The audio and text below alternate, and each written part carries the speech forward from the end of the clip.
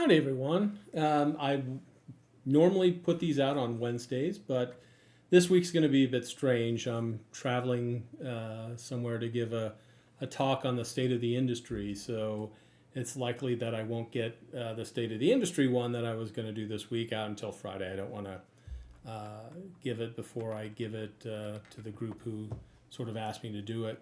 But as I'm preparing for it, there are certain things came up that I wanted to get a brief version of the Bremer Research Moment out to talk about. So let's take a moment to talk about some things that are on my mind. In terms of state of the industry, I'll go more in depth on Friday or Saturday when I get it out, but things are looking pretty good. We've gone through some whiplash as of late. Things, particularly starting with COVID, things were people didn't know if we were all going to have jobs in the future. So it was a scary time. But 2022, particularly since you're judging against the previous year, was a phenomenal year for the market research industry.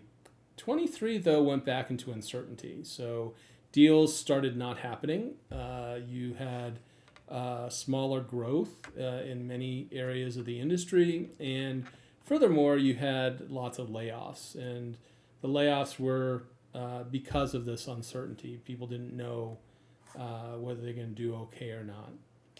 But we're bouncing back, I think, in 24. You started to see that with some of the public companies reporting.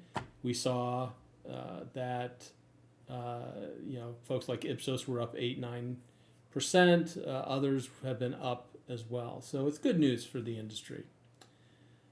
But as we think about where we're going, two topics keep coming up. And we've already talked about one, and we're going to talk about the other in great detail coming up here, but that's AI and data quality. I think back to other big events that have happened in our industry, and obviously I came into the industry with the advent of online surveys, and I was one of the biggest proponents for them. But let me tell you a story. I started working in London in 2003, and the very first day I moved over there, I was stupid and did the overnight flights. I found a wonderful flight later on that was a day flight. You left JFK at 8 a.m. and you got into London at 8 p.m. But I had done the overnight flight the first day in, and of course I was going to power through, and so I could get some sleep that night.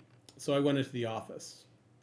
And in going to the office, I started meeting the folks around, and I wasn't going to actually do anything that day. I was just meet and greet, and people started telling me what they were doing, knowing that I was, the research guy, and that I had such a big proponent in online. And two folks, great friends to this day, so I'm not going to name them, really wanted to tell about this project that they were presenting the next day. And the project they were presenting the next day was an in-depth study of the blind. And of course, they were super happy they had used online surveys to accomplish the task. The client was happy with the results, and they were sure the board of the National Association of the Blind in London was going to be really happy the next day. And I guess I was a bit tired, and I was going, you got to be telling me this is a joke. And they didn't understand my reaction to it. They had been told that online survey research was the future of the company, it was the future of the industry, so of course that's what they proposed. And if you think back to 2003, they got 1,000 people, and in fact, many of them, over half of them, had indicated they were totally blind. And there's no way this happened. The tools for the blind in terms of using online resources were abysmal back in 2003. And I said, look, you can't present this. It's going to get slaughtered. And they actually got a little bit mad at me, for saying this. Here I was, this great proponent of using online research, and the client was happy. So they sort of ignored what I had to say and put it down to me just being tired. And To be honest, I wasn't quite sure I had heard what I thought I had heard. I did. And turns out the next day they got slaughtered. They got thrown out of the meeting that they were in. It was certainly a black eye. So tons of folks in the office knew about this project. The leadership, some of the leadership of the company, particularly the commercial leadership, knew about this project, and nobody bothered to step back and say, you can't do it. You can't do it this way. You got to find another way. Face-to-face was still huge in Europe, and that's how I would have actually gone about it. But this brings us into the new world, and companies are making huge decisions on their AI strategy, and they certainly have the tech folks at the table as they're doing this. We've already discussed that data quality is a huge issue in the industry, and it's going to cost some money to make things right. So the question is, do companies have researchers at the table? And I would argue they typically don't. When you look at a company's executive leadership team, it typically is commercial folks, the finance folks, and the tech folks, sometimes the product folks. If you don't have a CRO, Chief Research Officer, at the table in the executive leadership team meetings, in the room that it happened, if you're Hamilton, you are going to make very short-sighted decisions, very similar to the survey on the blind. They did the survey, so they actually got the money. It should have never been done.